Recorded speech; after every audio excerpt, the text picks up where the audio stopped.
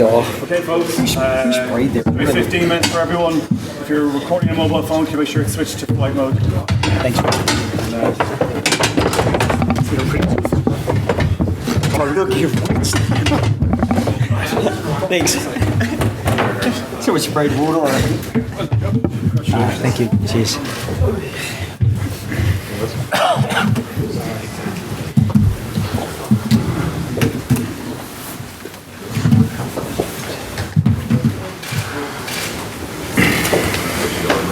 Okay, folks, we get underway. Rory, does it feel even better to have Noel here at home on Chicago?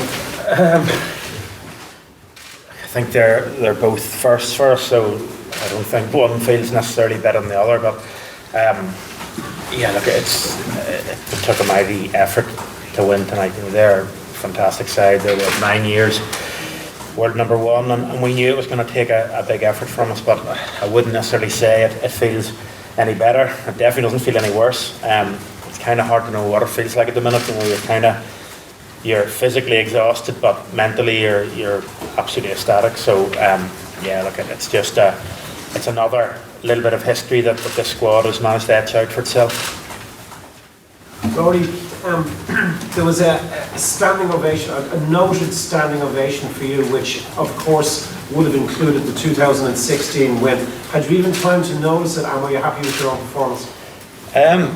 Yeah, look, I suppose I thought that was maybe for Tag, because Tag had an unbelievable day in the scrum, and yeah, look, I think we asked that question yesterday about performance, and I think when you're a hooker, you judge a lot of your performance around the line out, rightly or wrongly, and it just felt, like I said yesterday, a little bit rusty in there, and it didn't go well or as well as we'd like last week, and there was obviously a lot of pressure because New Zealand have a fantastic line of defence. But I think for me it was trying to block a bit of that out and just go around and do what I do well for the team, and that's sort of working hard and trying to hit a few things and clean a few rucks and be there whenever the team need it. And you know, I think if you can ask that of everyone on the team, and everyone can put their hand up and say to do that, then generally what happens is you get a good team performance. Joe, what gives you most pride about that performance? From start to finish, really. Early in the game, those first few minutes, we were almost camped on our line, defending wave after wave of attack. We saw that off, got out of our area and put a bit of pressure down their end. We almost created a try. We got held up over the line. We got very close. Even with Rob Carney getting it over the line. I don't think it was a try. He wasn't on his feet when he picked it up anyway, and there was a little knock on, but we felt we weren't far away, and if we could get something on the back of it, it would help build confidence. And then, you know, maybe in the last 20 minutes we put a bit more ball in the air. Fatigue was starting to take its toll. We started to get a little bit narrow, and yeah, we got a bit of joy in the air early on once we started kicking, but you know, it's kind of like you get 4.5 seconds of reprieve, and then they start coming back at you. And it was an incredibly collective, hard-earned win, and yeah, I'm really proud of the way they stuck to the task. Steve Hansen says you're now favourites for the World Cup. Would you go along with that? The World Cup in 12 months' time or 11 months' time. So your favourites? Yeah, we're going to work hard in the next week to make sure we're ready for the USA. And, you know, people will, I suppose, postulate about who's where and who's favourite. And, you know, it's a nebulous thing for us because all we can tangibly control is our preparation and then go out and try to work hard and get a performance. Joe, do you think that performance will be enough to see Johnny Sexton win Player of the Year at the end of the year? Yeah, I don't pick any of those things. So, you know, I thought Johnny was incredibly good for us in all sorts of ways. He distributed really well. He defensively, he stands up and delivers.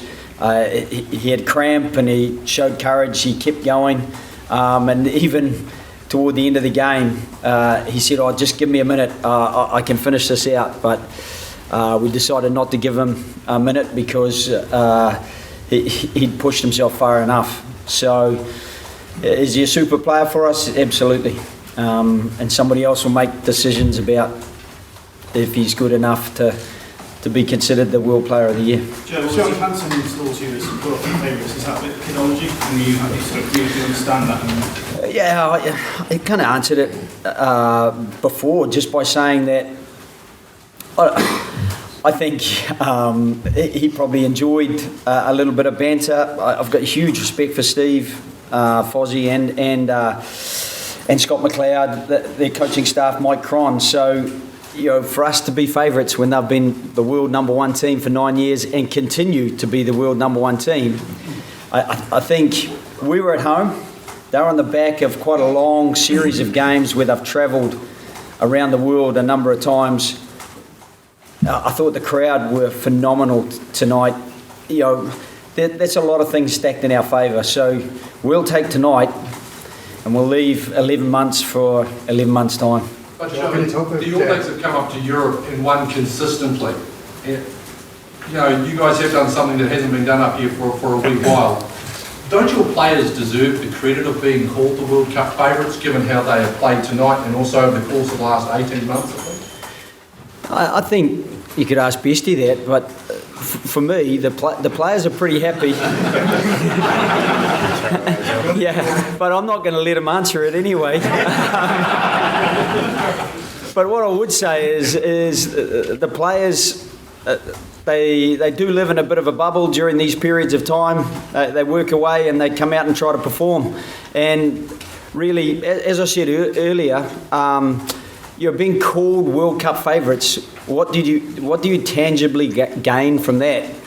If we train well, there's some tangible gain. If we put a set play together and we're all on the same page and we get our timing right, execution's good, we get something tangible from that. And they're a great bunch because it's all about things that are tangible for them and not those things that we can't really control what people say, but we can try to control how we prepare and play. Joe, the shades of 2013 from the match we lost here, were the shades of that in the last 2 to 3 minutes from your point of view? Yeah, but we couldn't lose this one. We were 7 points in front. But yeah, you're right.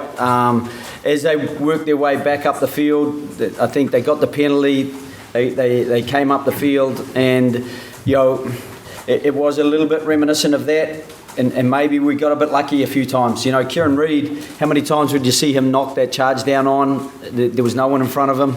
I think Rob Kearney got in the passing channel at one stage when Bowden Barrett, it looked like a score might happen. And I'm not quite sure how Pete O'Mahony managed to get to that chip ahead. We looked like we were numbers down and almost gone. And you've got to be proud about the way the guys scrambled, but at the same time, you've got to be realistic about there's 3 pretty clear-cut chances that they didn't take, and we took one of a couple we maybe had. As I said, Rob Kearney wasn't far away when he got the ball over the line, and we got held up over the line another time. So I just thought it was a fantastic test match, and I thought it was the way it had been built up as 1v2. I thought it was a heavyweight contest. How much better is it to win without letting them score, right? Look, you can ask Andy Farrell that. He's delighted, no doubt, because it is so seldom that the All Blacks don't score a try. But as I just explained, there were 3 potential tries that we managed to scramble on. So on any given day, they might get a couple of those, and it's all different. The other narrow margins, as I say, we almost got another couple, and Jacob Stockdale, what do you say? He got some good space down that short side, but once he controlled that chip ahead, and it was reminiscent. I thought of the Twickenham one where he went down the short side with Conor Murray and got that chip over the top to get that try, which was crucial in giving us a bit of scoreboard separation against England. Does a performance like that? We're going to move it on because it's 3 in a row there. Rory, just the self-belief that Jacob showed to take that kick again after the first one was charged down. Did that kind of a ripple effect throughout the team then? Yeah, look, I think there's no doubt that we have a lot of quality players. I wouldn't just say quality young players, because quality players right across the board, and we prepare really well to make sure that we know that we can execute things, and when they don't necessarily come off first time, it does take a little bit of, how do you say it, confidence to chip that over again. And look, Jacob's a fantastic player, like a lot of players are in the squad, and he got his opportunity. It was a really well worked move. Bundy put him in a bit of space. I was outside him, probably not in as much space, and he just put it over the top. And I think it shows that he doesn't necessarily look the fastest until you go to keep up with him. Big long stride on him, and he went past it. And as has happened to him over the last sort of 12, 18 months, the ball bounced his way. But I do think that you make your own luck with those bounces, and he is in the right place at the right time, and it was great to see. And obviously it was very important for us. We knew that we probably needed to score a try in the second half to win that game. Rory, sorry, this gentleman here is going to come in. Joe, just about Andy Farrell. What is it about his defensive system? He might seem to really quite hate playing against it at times. Yeah, it's not, you get up, you form a line and you get off it to make tackles. It's not rocket science, but I think it's everyone understanding their role. I think it's everyone committing to their role and trusting that other people will do their role, so that you don't get people over chasing to somebody else. There was a few times they got us back on the inside. Damien McKenzie came through the middle one time. There were times that we did get severed, and the great thing about Faz is that he'll look at those and he'll pat guys on the back, but he'll start there and say, well, here's a couple of solutions to this. What do you guys think? And we'll springboard from there. So, yeah, look, he's doing a super job. He's doing a great job. And I've really enjoyed working with him over the last kind of 2.5 years. And, Simon needs to be with the line-out. I know a lot of people thought that our line-out was a little bit flimsy last week, but I thought that first half line-out, that was a fantastic kind of platform for us to springboard into the game, and as was the scrum. And Greg Feeke is a bit of an unsung hero there as well. So yeah, I'm lucky. I've got a team behind the team who do a super job. You're Stephen and then Keane, okay? Rory, what does a performance and a result like that do for your team's confidence ahead of a World Cup year? I think it obviously does a lot. It's when you beat the best team in the world, and like Joe said, that has been the best team in the world for 9 years now. It takes a big performance. Probably the thing now is that Joe and the team, Faz, Simon and Vicky, they're going to expect that to be the standard. They're going to expect an improvement in that next week, the next time after next week when we meet up for the Six Nations. That's going to be the level of preparation and the level of performance that is expected, and that's how you improve. You try to play better, and when you play better, that becomes your minimum. Then you keep trying to push beyond that, and you look at ways to improve.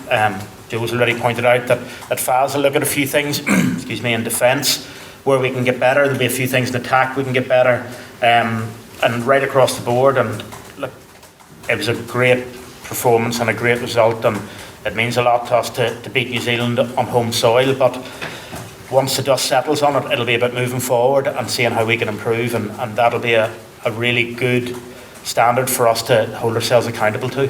Rory, there was a few world-class locks in the show tonight, but just as a player group, are you surprised anymore about James Ryan's performances just week to week, and what he's delivering and against the calibre of players he's delivering? No, I think he's shown now in some very big games, both for club and country, what he can do. And like I said, age is only sort of something that is talked about mostly in the media. Just because James is young, it doesn't mean we know what he can do. So we expect him to produce that, and we'll be expecting to produce that now for probably many years to come. But it doesn't matter that he's the youngest of the three locks there, that he has shown that that's what he's capable of, and that's what we expect. We expect him to prepare well so that he can deliver that on a Saturday. Yeah. Just Joe, just two questions. Where does this rank in your coaching career, this victory? And also, is there any sort of mixed emotions at all as a New Zealander?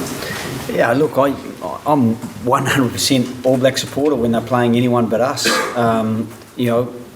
Just because that's where the roots were, and at the same time, I work with an incredibly committed bunch of men who really go out and earn what they get, and So there's no real mixed emotion about that because they're the people I'm close to and they're the people I see working so hard to achieve what they do. It is one of those things that I suppose, it does make it a little bit more complicated in this game, particularly for me, but at the same time, I'm incredibly proud of the group of Irish players who went out there and did what they did tonight. Take the last one, Zach. Joe, how long does it take you to come up with those moves, and have you been holding that one back before tonight? Not really, and I mostly steal them from other people. So I'm always on the lookout. I'm always keeping my eye out. I watch Mitre 10 Cup. They've always got a couple of good ones. There was a really good one. It looked like the Highlanders played. Recently I showed that to the coaches and just said, hey, we could maybe do this because it's hard to get patents on moves. So we work away. What we do is, one of the things with the All Blacks, they work so hard that they work in to get into that chip line. They work across so they can get the far side of the defence up. So we kind of felt that we could go back down that short side. Now, as Bestie says, sometimes they work and sometimes they don't. But it's always nice when you do put them together, and it's nice when everyone knows their role and they come off. But the other coaching staff, they come up with some as well. I've come up with some incredibly poor moves in my time. Bestie will probably testify to that. They looked really good on paper though. Okay folks, we'll leave it there. Thanks.